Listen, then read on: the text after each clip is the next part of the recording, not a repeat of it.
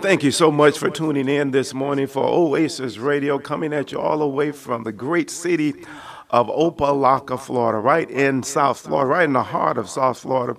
We're so honored. We have a special guest in our studios this morning. He's certainly no stranger to many of you, but to some of you, he may be considered as one of our best kept secrets. We have the one and only Commissioner Terence Pinder, and we'll be back with you in a few minutes. We have an opportunity to have a roundtable discussion with him. We're going to open up the seating, going to talk about some issues that and some information that perhaps you've never heard of, but you will note that you've heard it for the very first time on Oasis Radio. We'll be right back with you in just a few minutes. Thank you very much. You're listening to the voice of Lady Myra Taylor, mayor of the great city of Opa-locka, on Oasis Radio, moving us from great to grand.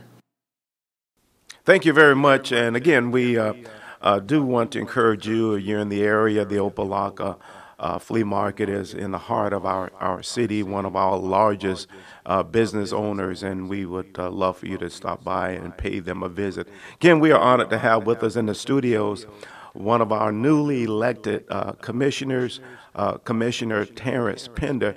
Commissioner Terence Pinder, it's so great to have you here in the studios, and we know it's a little early in the morning, but all of our listening audience all across the country, even across the pond, as many say, international community as well. We want to welcome you again to Oasis Radio.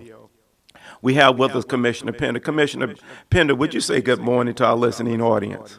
Good morning, good morning, good morning. Mr. Manager, when I grow up, I want to be just like you. Thank you. Thank you so much.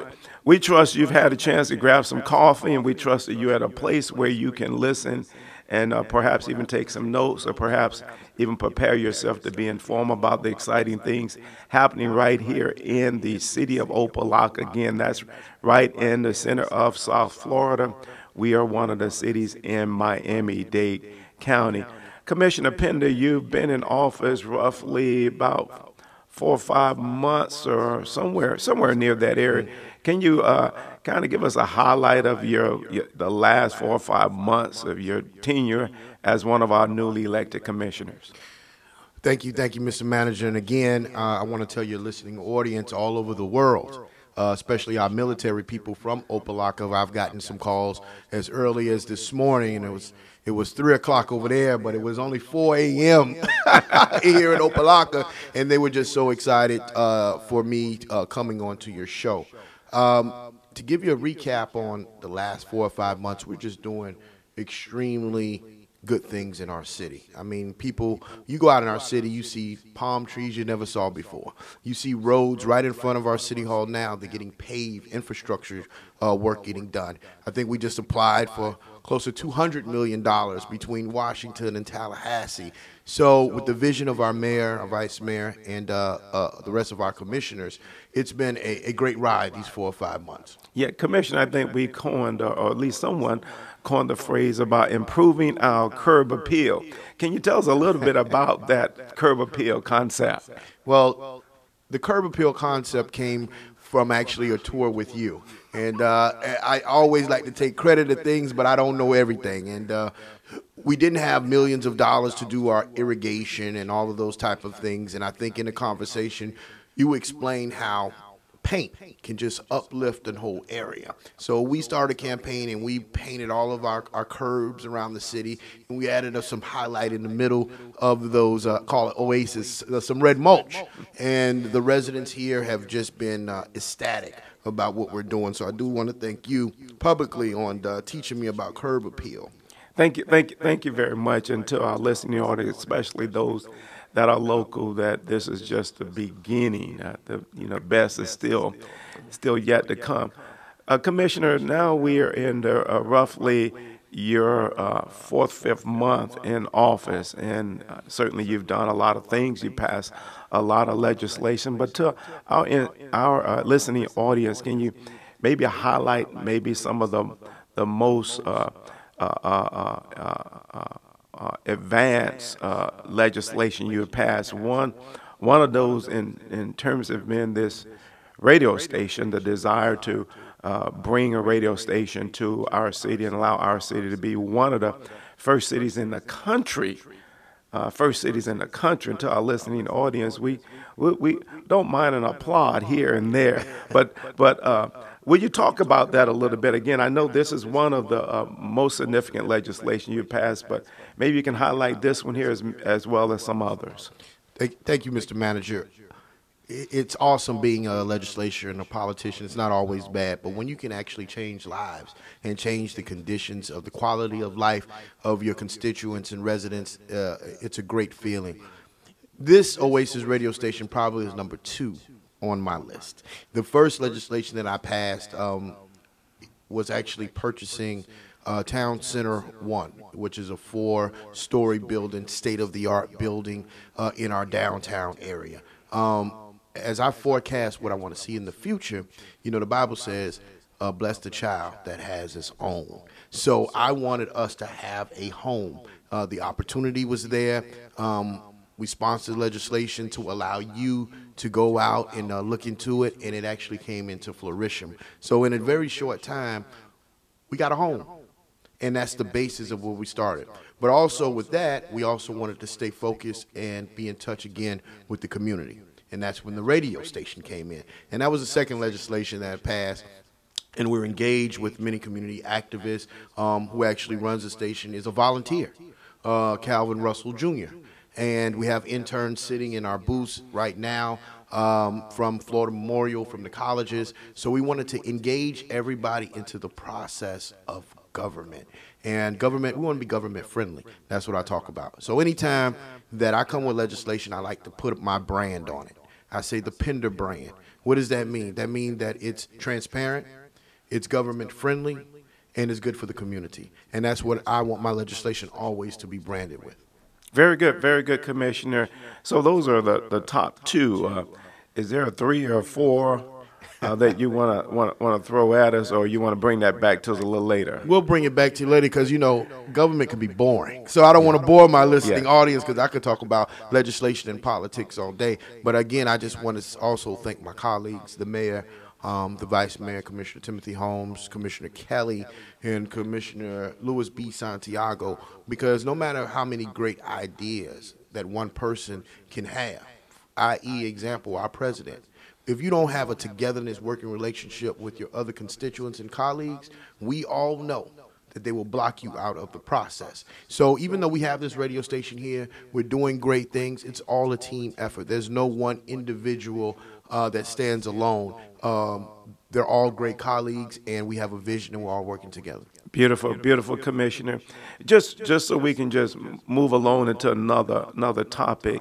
One topic that's been, in fact, it's been all over the news the past few days of the issue occurring in Baltimore, Maryland, has gotten attention all across our country.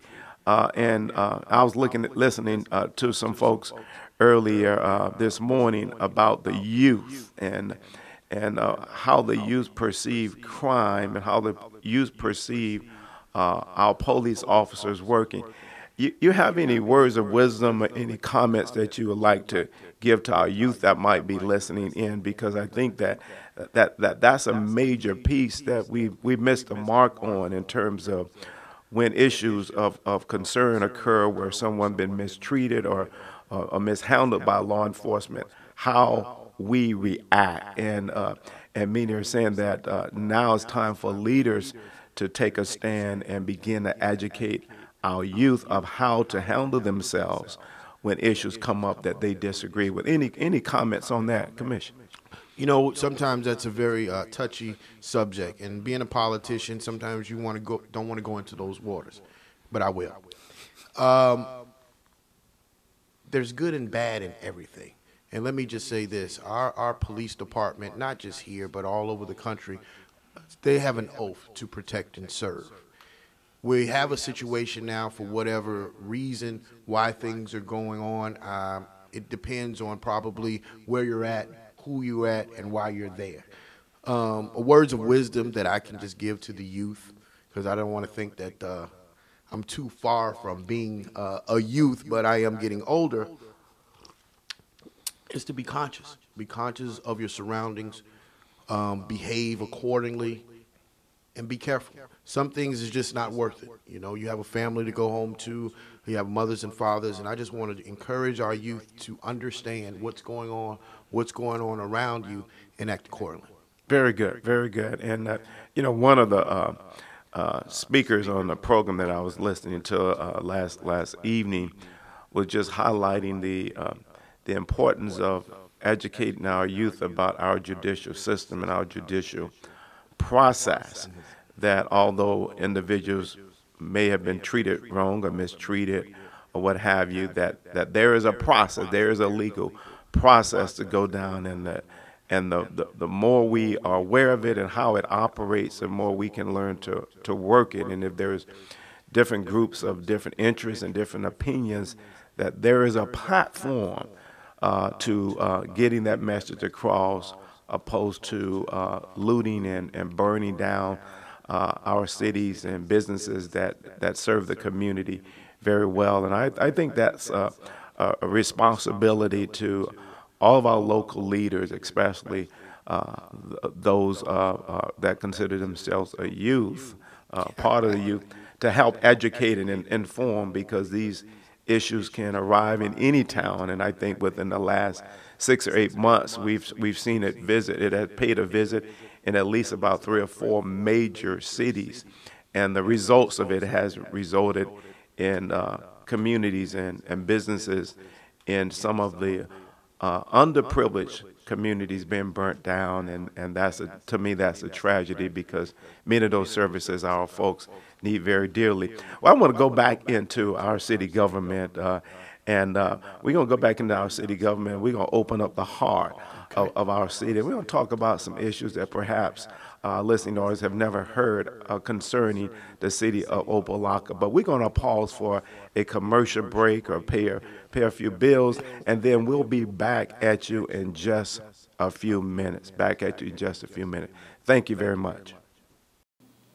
This is Commissioner Luis B. Santiago, reporting live for the great city of Opa-locka, when the latest hit and the great memory on Oasis Radio.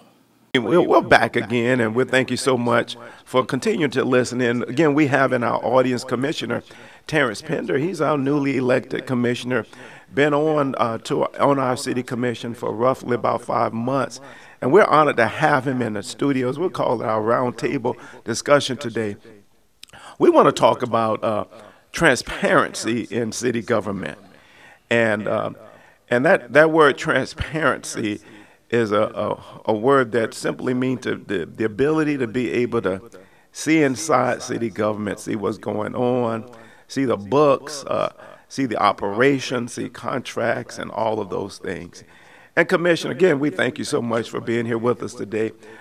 Can you talk a little bit about what our city is doing, especially from a legislative side of the house? I certainly can comment as to policy decisions that come to me from the commission, but from your perspective, what are some of the things that we're doing to become more transparent to our community?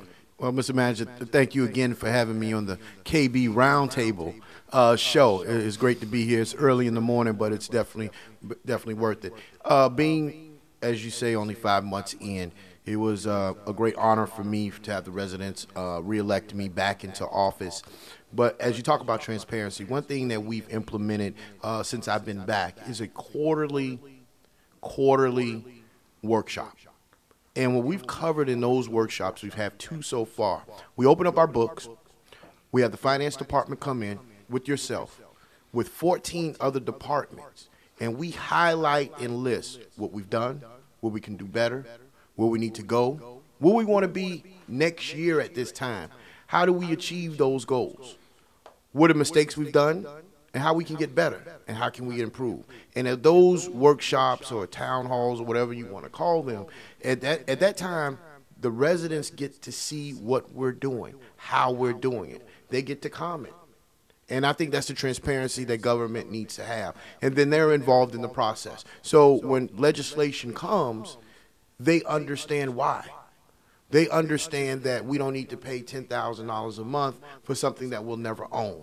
they'll understand us getting an $8.5 million loan and having a house that is our own, but we're renting out the building. Therefore, we almost have a house for free. They're involved in the process. Very good.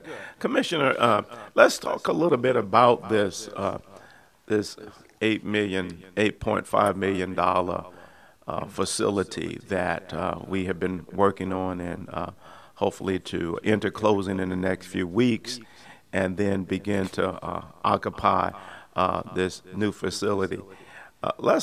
Can we highlight some of the features in that building that will be beneficial to our residents and our community? Well, it's interesting you say that. Of course, our water department, 780 Fisherman Street, has always been at that location. But as I see everybody here with the lights and the cameras, this staff in here is setting up things where we can be able to swipe the card and maybe pay our FP&L, our Metro PCS, our T-Mobile bill, hopefully a one-stop shop where our residents can come into a facility and take care of their needs, just as well as their water bill. I heard rumors that we may have a bank, First Bank in our downtown.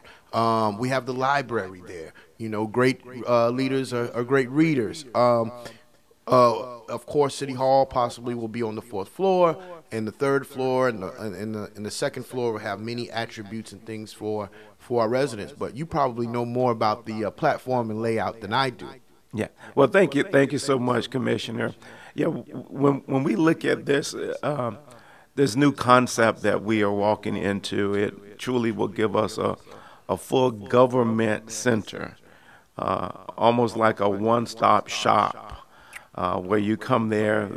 Will be no reason to get in your car and go somewhere else to get a sign off or get a permit or things, or pay the bill or deal with a complaint or issue. You'll be able to address everything in one building. And to me, that's a significant benefit to our community.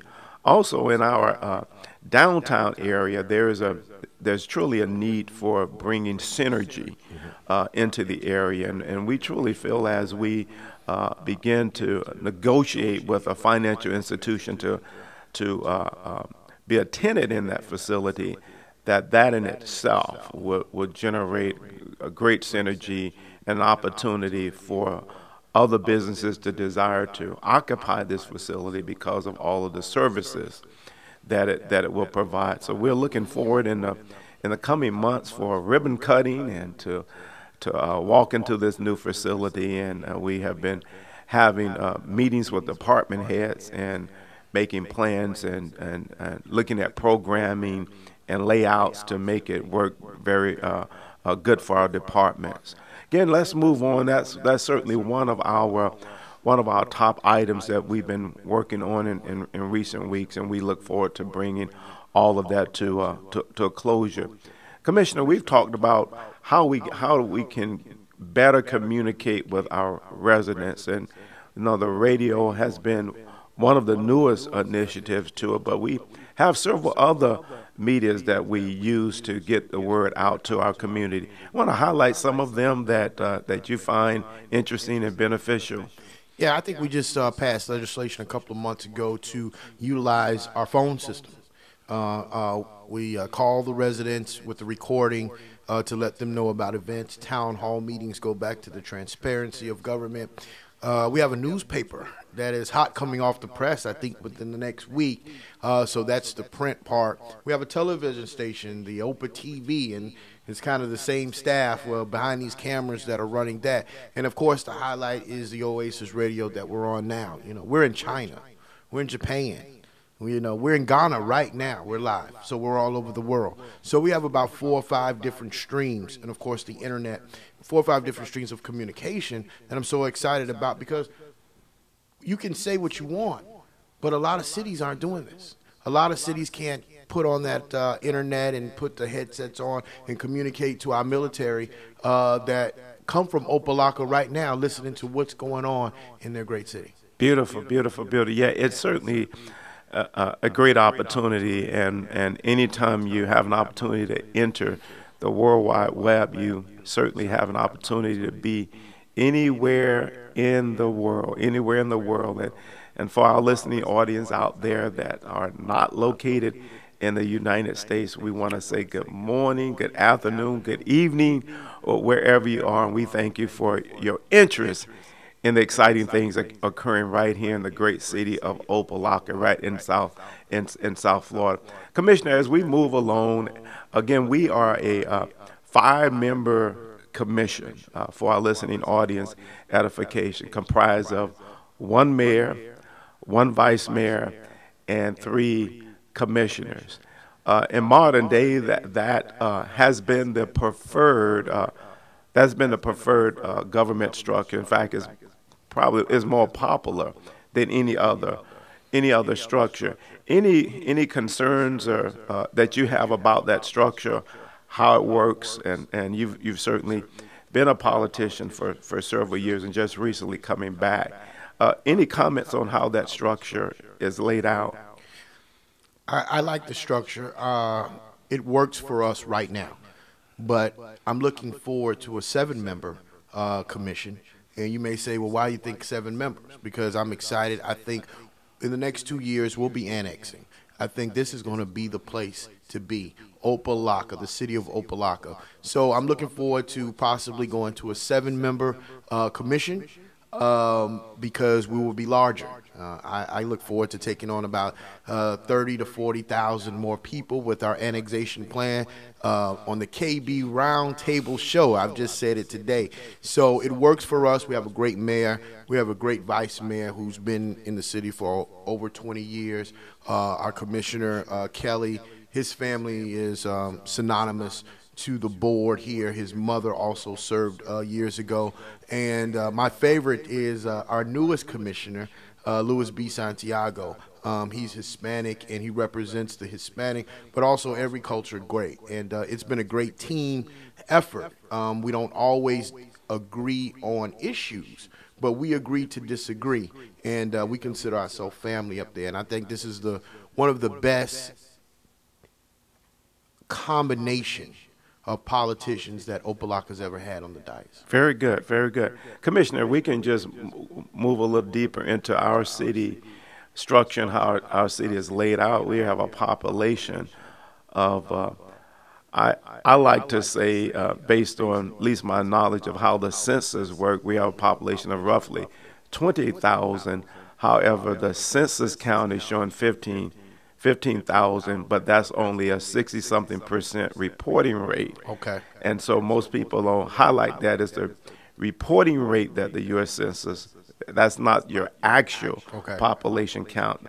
If everybody was counted, so you have to take, well, what about that 35%? Well, those are people that we still represent. Those are people that we still support. But just looking at our population, there are some significant, unique things about our city that allow us to outshine any other city in Miami-Dade County, in the state of Florida, and in the country. And so, ladies and gentlemen, we just want to give you an opportunity right now as we highlight the significant things that occur in our city and what makes our city so unique. Commissioner, can you help me to highlight some of those great, significant things that happen in our city and primarily where we're located and the unique things about us? You know what? I'm glad you said that, Mr. Manager, because as I travel all over the country, not many people can give this checklist. You said, do we have an airport? Yes, we do. Do we have fishing? Yes, we do. Do you have a train rail system that goes through your city? Yes, we do. Do you have the Grattan, the I-95, the 826 through your city? Yes, we do. Do we have great lodging? Yes, we do. Do we have jet skiing? Yes, we do. And the most important thing as I travel all over the country, they say, do you have a golf course? Well, we just closed the golf course down a couple of years ago, but it might be coming back, and yes, we do. Not many people can say that about their city, that all of those important things that people love to have or wish they could have in their city, Opa-locka has it. And it's a great feeling to be able to stick your chest out a little bit and says, yes, my city has all those things. Very good, Commissioner. You certainly hit all of the major ones, but one of the things that I want to highlight is that we're like a crossroad that almost every major intersection is linked in to us. And another point is that in terms of all of the different cultures we have here, we are one of the most culturally diversified city. Commissioner, I don't know if you looked at some of the results of the census in terms of our population breakdown. Any idea what the top population in terms of race is in our community? Yeah, well, just coming out of an election, I had to definitely look at that. So we are predominantly Afro-American black, and the next is Hispanic.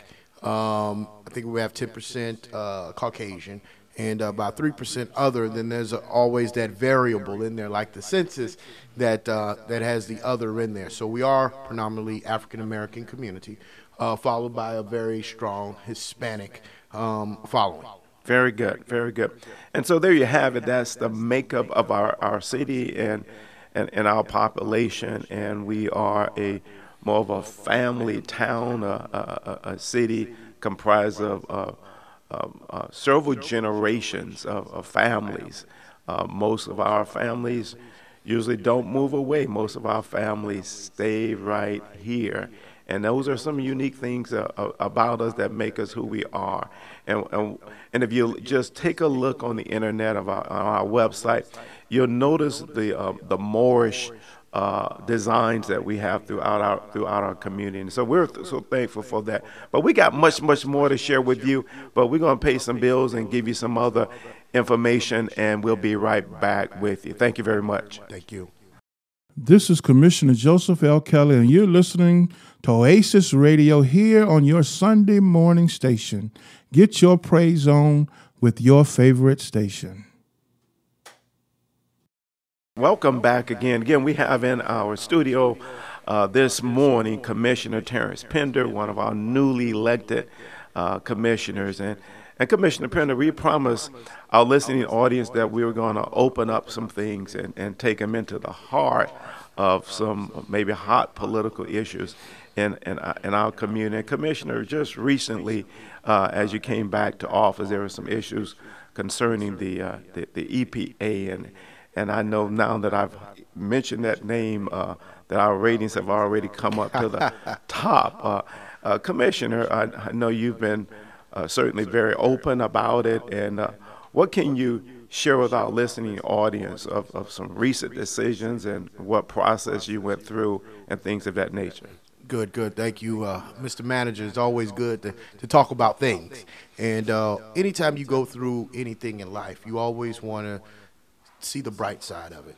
We went through some issues in 2006. I was suspended and barred from making any federal decisions. And 8 years later, the good always prevails.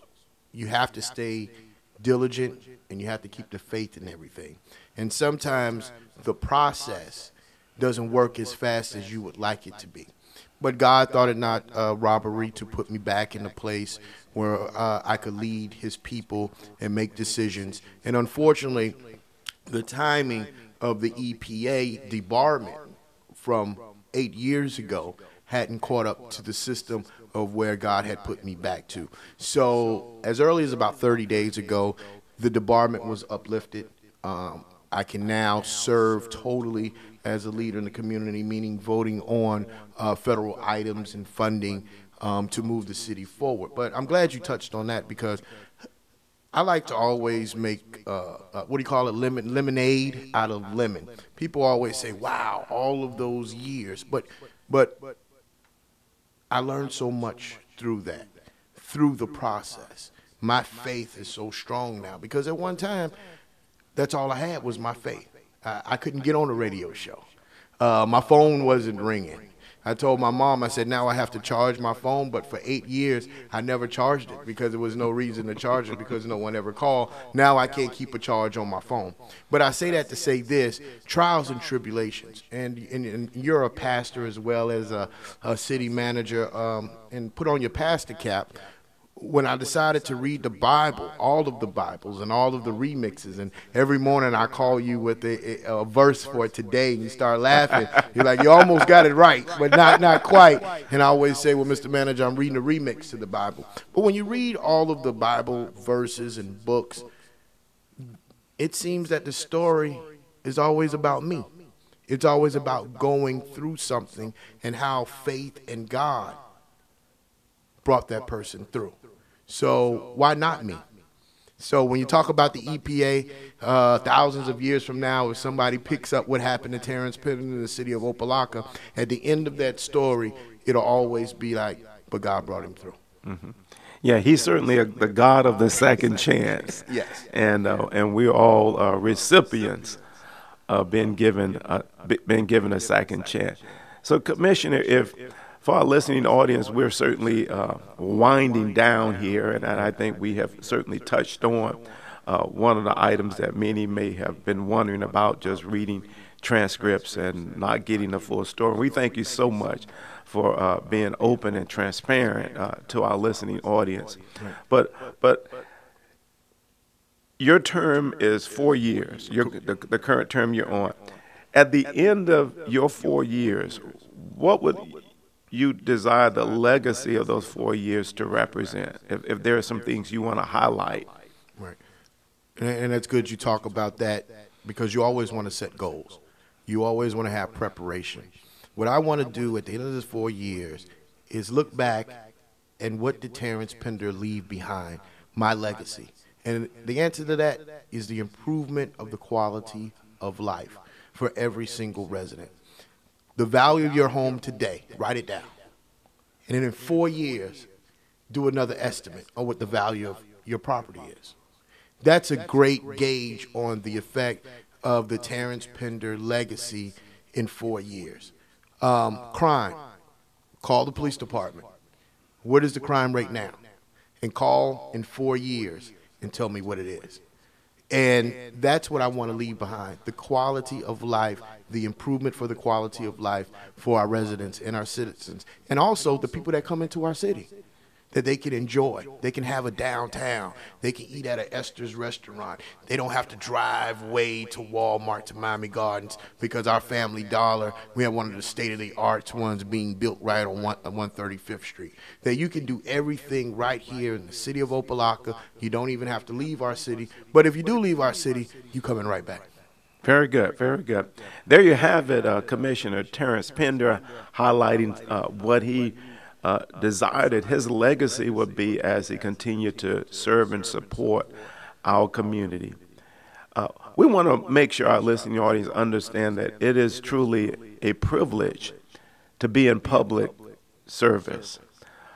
One of my desires to be in public service some 20-something years ago when I entered it right in the heart of Hurricane Andrew, and was assigned by the city manager, city of Miami, to work in the Emergency Operations Center.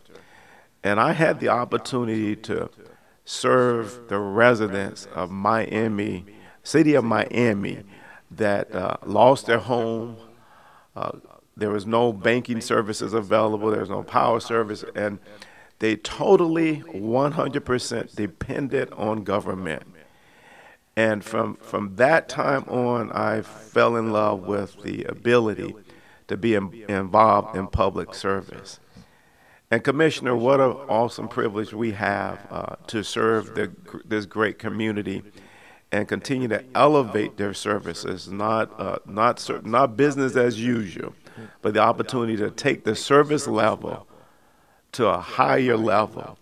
And we truly believe that our city is on the verge of becoming a 5-star city. And we think that we have put some components in place that if we continue to work them, that if we work them properly, we're gonna get there. Commissioner, there's a new opportunity that myself and the IT director have been working on. Right. It's quite advanced. But it allows our community to get involved in, if they see something that they dislike in the community, that they can take a picture of it and it's automatically downloaded into our system, and we get a picture of it, and it is routed to the department that generates a report, and then we can proactively go after it. It's an app. Okay. Most of our residents have smartphones. Okay. And it's just simply touching it, taking a picture of it. There's categories, and releasing it. It comes into our city, and then we have an opportunity to put it into a tracking system, and then once it's completed, it automatically sends a message back to the originator saying, "It's done, thank you very much." And we think that's one of many proactive measures that we as a city can do. Obviously, you can never have enough eyes, never can have enough eyes out there to see what's going on. Things happen early morning, midnight, weekends, and but the quicker it can be captured, the quicker we can certainly deal with it. But Commissioner, I know our time is getting limited. We're going to pause for another commercial break, and then we'll be back with you for some closing comments. Again, to our listening audience, thank you so much for continuing to listen in, and we'll be back with you with some closing comments from our special guest in the studio, Commissioner Terence Pinder.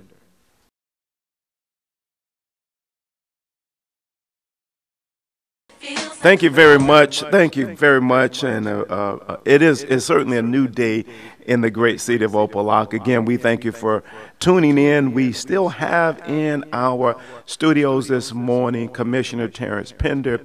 And we want to give him an opportunity to give us some closing comments as we wrap up this roundtable discussion with our elected officials.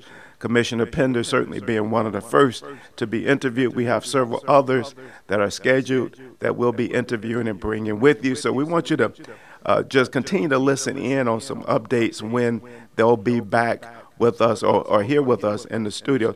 Commissioner Pinder, can you give us some closing comments? Again, we thank you for taking time out of your busy schedule to be with us. We know you got so many other things going on, but you found it not robbery to share these great insights with our listening audience. Commissioner Pinder. Mr. Baker, thank you again for having me on your show. It's a new day in Opa-locka, and I know being the CEO of the city is not easy, and thank you for it not to be robbery to take the time out to interview me. My last couple of questions, we talk about serving, and like I said, we talk every morning. We do a Bible verse and so on and so forth. But I remember somewhere where, you know, Jesus was washing feet, and they were like, "No, you ain't got to do that." Yes, I do. I'm serving.